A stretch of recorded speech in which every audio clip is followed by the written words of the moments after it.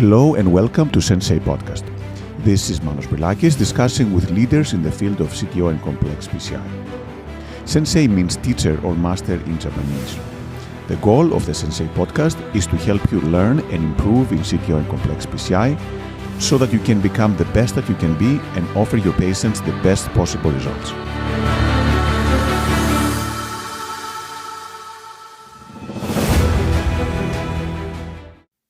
Hello everyone and welcome to Sensei podcast. It's my great pleasure to introduce Dr. Ashish Pershad, who is the Director of Complex Interventions and a great friend for over many years. He's now at Chandler Regional Medical Center in Phoenix, Arizona, and one of the people who actually started the process, the early days of CTO, percutaneous coronary intervention. So Ashish, thanks again. Excited to have you with us today. Pleasure to be with you, Manos, and pleasure to share a little part of my journey so that hopefully it can be instructive and help future operators as they move forward in their journey in this amazing procedural adventure, as I call it. So, Ashish, how did it start for you? How was your process of starting the CTO PCI? That's an interesting question, Manos. I still remember I was actually, I came to one of the early CTO summits and was able to get in touch with, if you remember in those days, Abbott was playing a significant role in the education of future operators. And I was able to convince them to send me to Japan for sending a week at Toyohashi. And so I spent a week there just so I could understand and watch Kato doing retrograde cases. And I was there and then I came back. This was in 2008, I think. And then in 2008, the same manager from Abbott, who was a regional director in the Southwest, said, hey, there's this crazy guy in Bellingham, Washington, that I think you guys are very similar in the way you'll think, which scared me a little bit. But then I said, but I think you should meet with him because you should somehow connect with him and I can give you his information. And so I connected with him. And then soon after, Aaron came to my lab to proctor me real time for a retrograde CTO case. So that's how my journey got started with, so thanks to, as usual, collaboration with industry, interest that I had because of frustrated I was with using in those days the Shinobi wire and causing a bunch of perforations. I'm like, there's got to be a better way to do this. And maybe I'm doing something wrong. And so I think, and then collaborating with Bill and then having Aaron come to my lab and do my first retrograde proctored case. But what was your incentive? Like, were you always going to do CTOs or complex? So it was about 10 years into my practice. I had started in 2000, so 9 years, now 2009. And I was at a plateau where this was before any kind of structural innovation that we were involved in. So there was nothing that was happening that I felt like I was at a plateau and I needed to do something different to continue to maintain a level of interest and improve. Because I felt like, okay, complex PCI in those days involved atherectomy and multivessel disease. And I was already doing that, obviously very poorly at that time, but that was how we did it then. But whatever we were doing. Drug-eluting stents had sort of slowly become the standard of care. And I think we had moved on. We were doing taxus stents in those times. So I think that I wanted something unique and challenging. And peripheral intervention, which was sort of the other path that some people took to get good at, never seemed to interest me as much. And I didn't want to get into this battle of fighting with vascular surgeons in the carotid space, for example, or in the AAA space. So I'm like, SFAs and the legs seem not interesting to me. So I said, we need to figure out and solve this CTO challenge in the coronaries. And so it was a logical next intellectual challenge in my journey. And obviously the early days, a lot of difficulties, a lot of things we didn't know at the time. How did you learn to overcome this? Was it trial and error? Obviously, Bill helped, Aaron helped. How was the process of learning to do these procedures? So, I think it requires, two things. It requires a tremendous self-belief, courage, and some degree of foolishness. Because I think we did things that I feel when we look back, and I always wonder, how did I get away with doing that? And I always have vivid memories of some of the patients that inadvertently got hurt along the way, but made me a better operator. And I'm always thankful and grateful and humble to the fact that without patients believing in us at that time, with blind faith almost, I would never have been able to get to where I am today. So that is number one. Number two, it was clearly trial and error. Clearly. We would do things and something bad would happen. But what I always wanted to do was, if something didn't quite turn out the way I thought it was going to turn out, to pause, think, and ask somebody if they had experienced something similar. And there were not that many of us at that time. I think I hadn't gotten introduced to know you then, but I did know that Dimitri was in Piedmont, and I did know that Craig was at Yale at that time, and Aaron was at Mahi, and Bill was in Bellingham. I knew that Tony was in Springfield. So that was my network. And so I would basically pick up the phone and have a chat if something went drastically wrong, and talk to one of them and see if something similar had happened, and try to see what I could learn to prevent it from happening again. So that was so clearly trial and error, and clearly built on the blind faith and belief of patients, which I'm eternally grateful for. Ashish, in terms of the preparation, I know it's evolved over time, but how do you prepare now? Do you prepare different than you prepared before for those cases? I think, we've all learned from talks actually that you've given at major meetings going back decades about carefully reviewing the angiogram and looking at old films. And yes, and I always feel like the pressure on me now is much more than it was 10 years ago, because the cases I see now are, as I'm sure same is for you as it is for the quote unquote operators that are considered experts in the field, hence the podcast, hence we're Senseis, that there's expectation of failure is almost a no-go. The fact that they're coming to you is that the patient expects you to succeed, the referring physician expects you to succeed, the referring interventionalist expects you to succeed. So I almost feel like I have more challenges that I have to overcome. So I'm even more diligent now than I was 5 years ago, because A, the expectation for success is higher, and B, the tolerance for complications is low, and lower than it was a decade ago.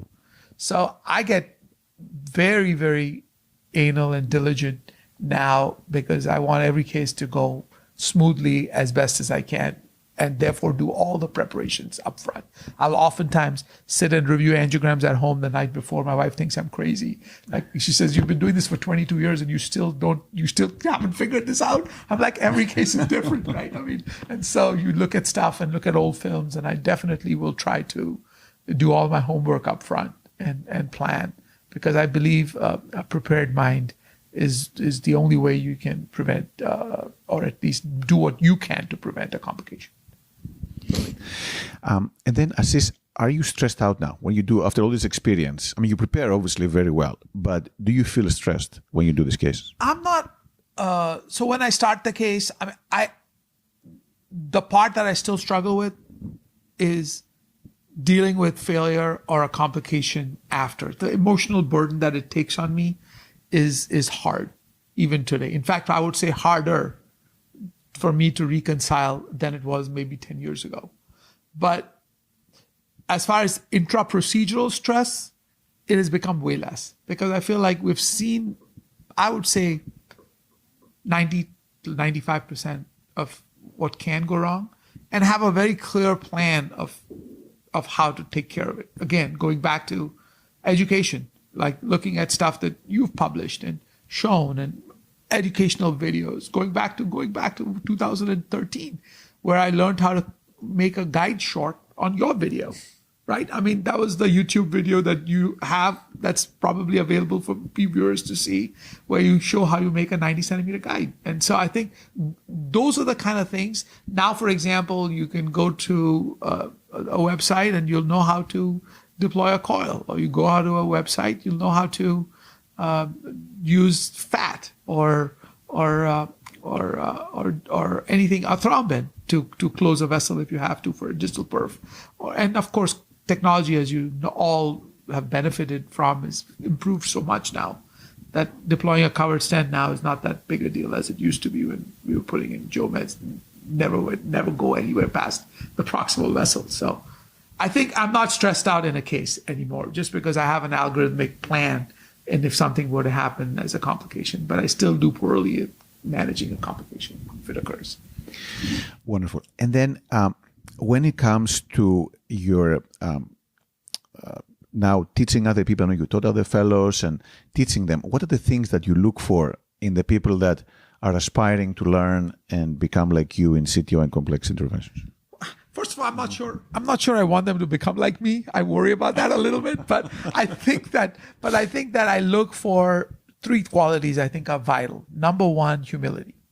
Number two, resiliency, whether it's thick skin, because you're going to get labeled as, like as we were in the old days, as a cowboy or a guy that thinks, like, why should these things be opened when they've been closed for as long as they have been, with collaterals from, and patients are living with angina but are not dying from this. And, we've all been through that discussion 100 times. But yes, so resiliency, self-belief, and humility, I think, are the three things I look for. And once they're with me, I honestly want them to grow. And the way I see growth in them is wanting independence. Like the guys that are timid and are letting you do whatever and hand you the catheter and give deference to you 8 months into the fellowship, are the kind of guys that are not going to do great things when they go out on their own, because they're still very nervous. You want people to be courageous, but you want people to be thoughtfully courageous, not be what I call callous and not care. So that's where I feel like you got to care for the outcome, but you need to be courageous to do things that are outside your comfort zone. And that comes during your fellowship when you see an operator at December still struggling with antegrade wire escalation, because I want him to be not worried about pushing a wire in a knuckle and be confident that if there was a dissection, we could re-enter, or we have plans to bail out retrograde, et cetera, et cetera, et cetera. And then for the fellows, or for you when you learned, what was the most difficult thing to teach and the most difficult thing to learn? I think it still remains ADR, because it's such a tactile thing. I mean, I just feel like, whether it's with a wire-based therapy or whether it's with device-based reentry, I mean, yeah, we've got all these new fancy techniques and tools, but ultimately I think that sensation of popping back in with an Estado now and used to be a Stingray wire is still unteachable. I mean, unless an operator physically feels it himself, he's never going to know. And so that to me still remains one of the most hardest things to reproducibly teach. Retrograde, it's a trial and error thing.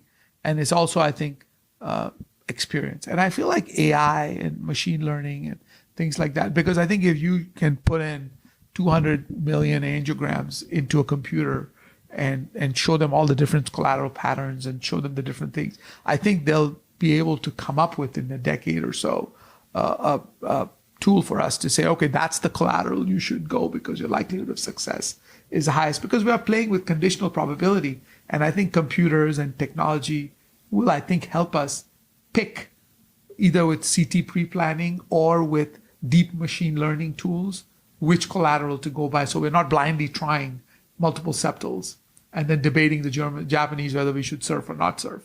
You know what I mean? I think that'll go away.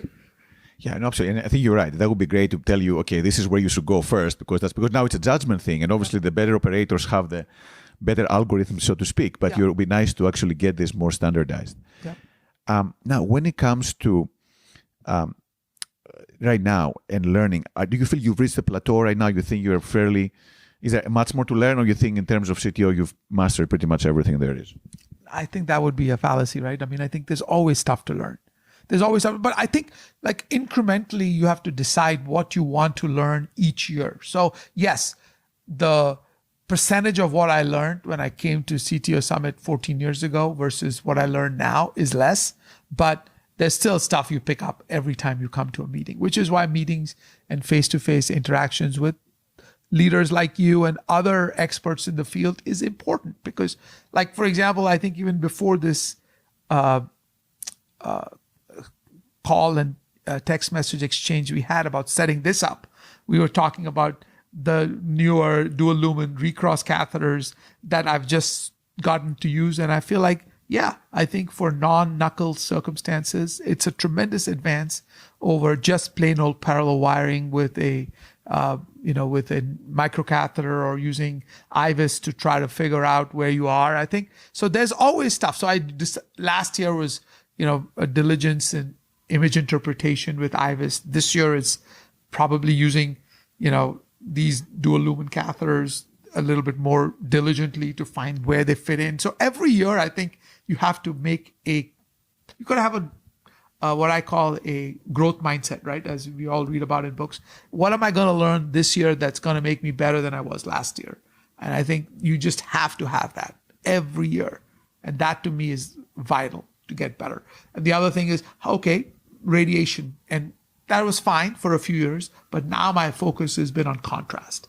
I've become like this zealot on trying to prevent how much contrast I can do. So I'm trying to minimize use of contrast even for, because what often happens in ADR cases, especially, you end up with 200-300 cc of contrast used without realizing because of the number of pictures you have to take. I just feel like that's an area of potential improvement that I can get better at. Reducing contrast load in antegrade complex cases like JCTO 3s, 4s, which require ADR as a method of success. And then, Ashish, you have been excellent at CTOs, but you're one of the few people who actually excels in structural and very complex interventions. So that's obviously an impressive feat to pull. How did that happen, and how did you manage to become very proficient and expert in two different areas? I think that's just my luck of the draw, because of the fact that different therapies got mainstream at different times in my career. And so, for example, like I said, when I was a little bit stagnated and bored in 2008 and 9, I went gung-ho in trying to get great at CTO PCI. Then in 2011, TAVR came along. And so it allowed me to then also partake in doing and getting good at doing a TAVR procedure, which, by the way, is a lot easier, as everybody knows, than a CTO. But regardless, it allows you to dabble and get excellent in that. And then in 2013, MitraClip was, so after a couple of years of being in the TAVR space, it became evident that, and since I luckily had expertise in transeptal work because of my prior time in India and rheumatic disease and mitral valvuloplasty, it was relatively simple at that point to get into the mitral space. And then Watchman, being already proficient in the mitral space and in the left atrium, it became relatively evident that these are all translatable skills. So I was lucky that it happened at different phases in the career, but if I were to do it again, I probably, I think the operators in 2023, I think have to be subspecialized. I mean, I think to be like Paul is in structural and you in CTO PCI, I think is impossible to be in that current era, because there's just way too much to be good at. I think, for example, to be excellent like Paul is in the structural space, he has to keep up with so many other things in terms of what's cutting edge and research and things like that. And similarly for you to be who you are in the CTO and complex PCI space and be as accomplished as you are in education and publishing. And you can't do that and dabble. Like I got away with it, but I think I'm a dinosaur.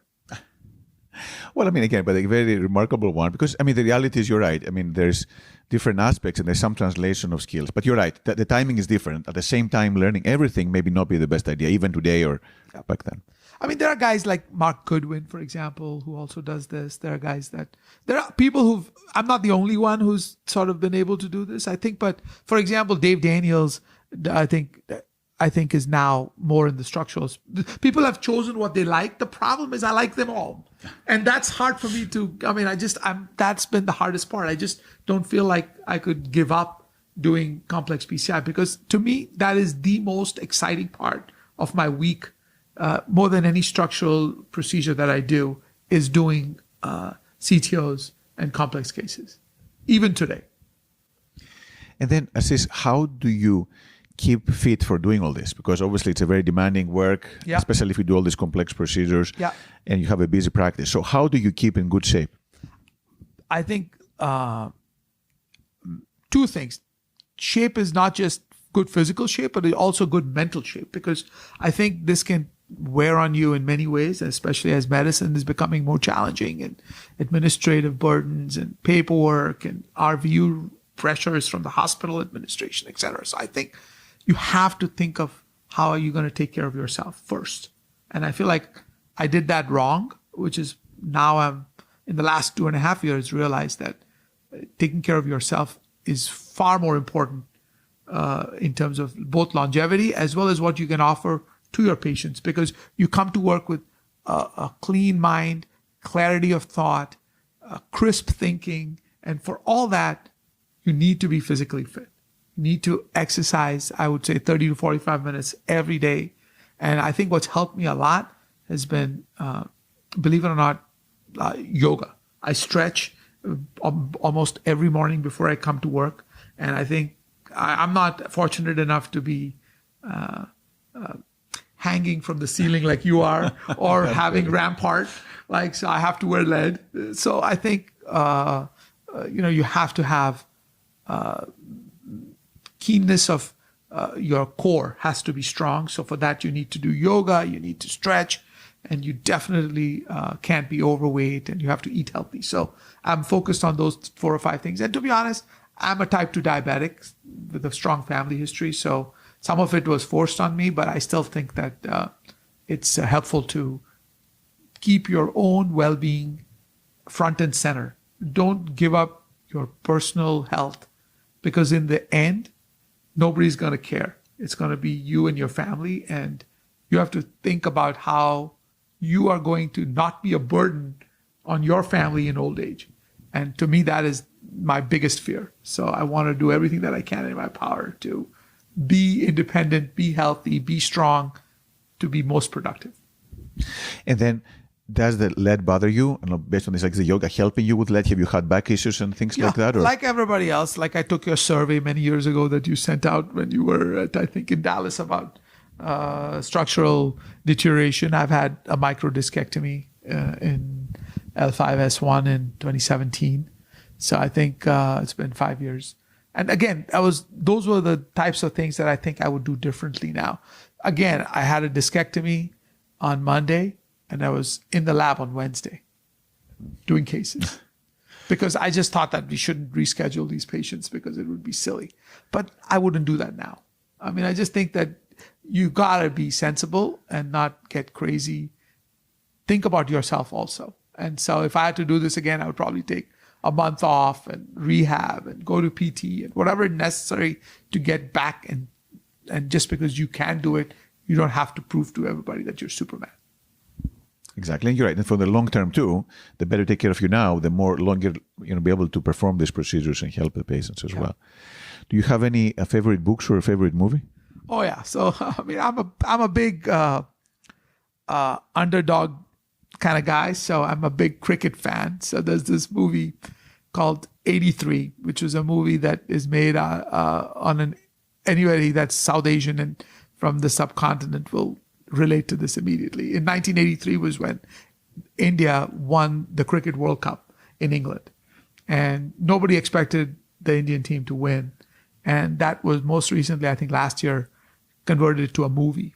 And the movie reflects all of the things that when you dream big and great things happen for people that work hard and work together as a team. So to me, that's just recently has been a great movie. So it's called 83. If you haven't seen it, I'm sure that's available in subtitles in English too. But it's a story of the Indian cricket team that, against all odds, beat the mighty Caribbean West Indian team to win the World Cup for the very first time. And that transformed the Indian subcontinent forever as far as sports is concerned. So that's my favorite movie. And as far as a book, I think I got onto this book that actually Lombardi recommended to me. It's a great book. It's a book that relates to how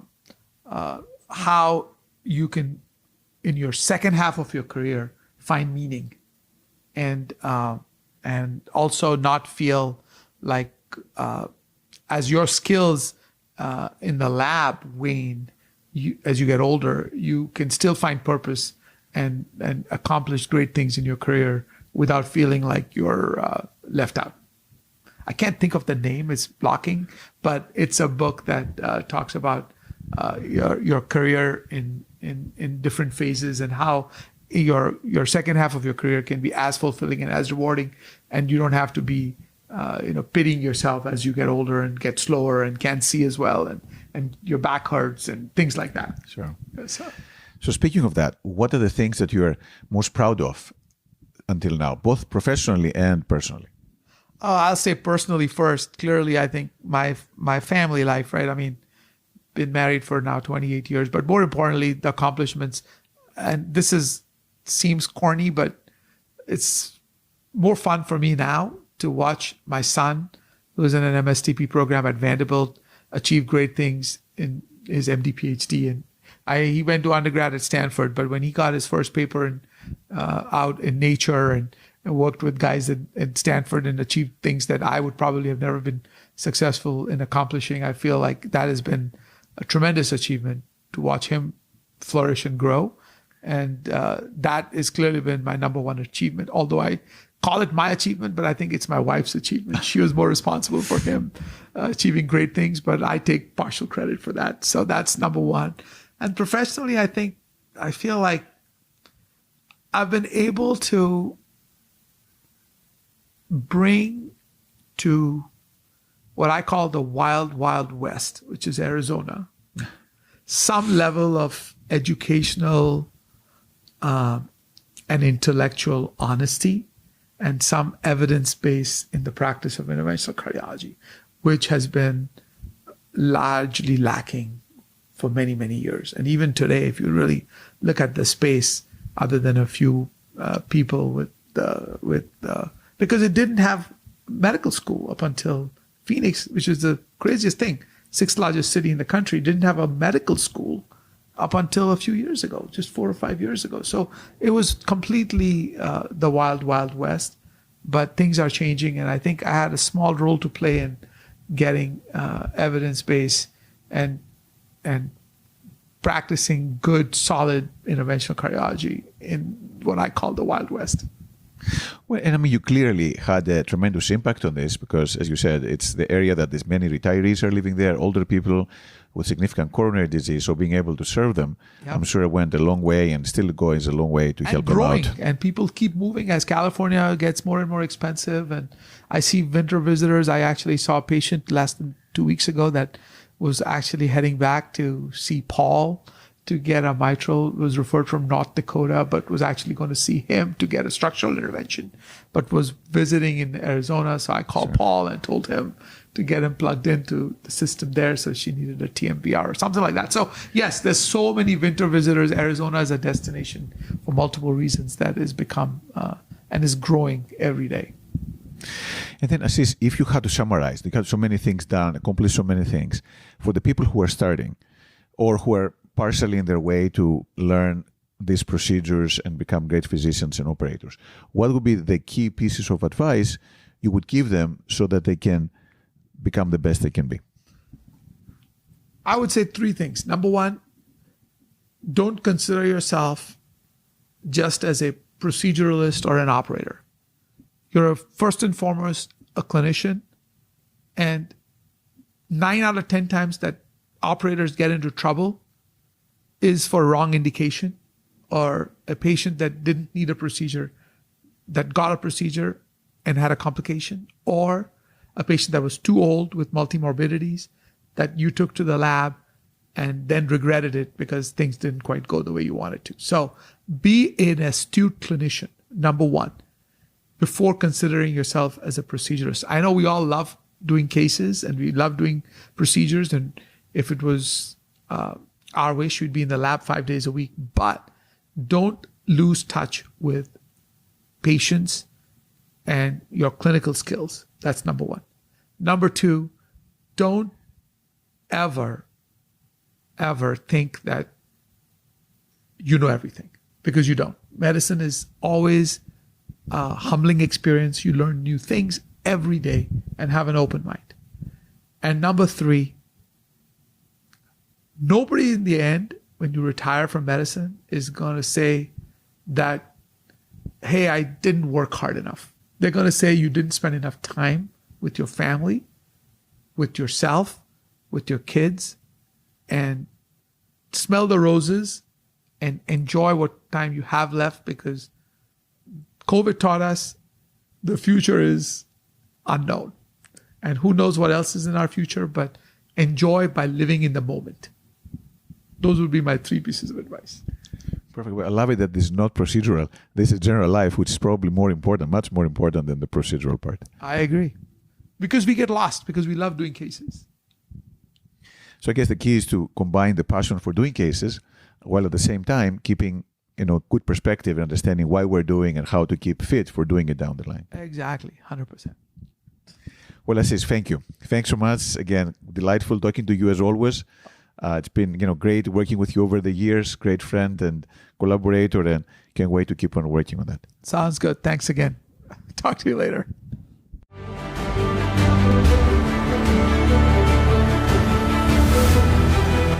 Thank you for listening to the Sensei podcast.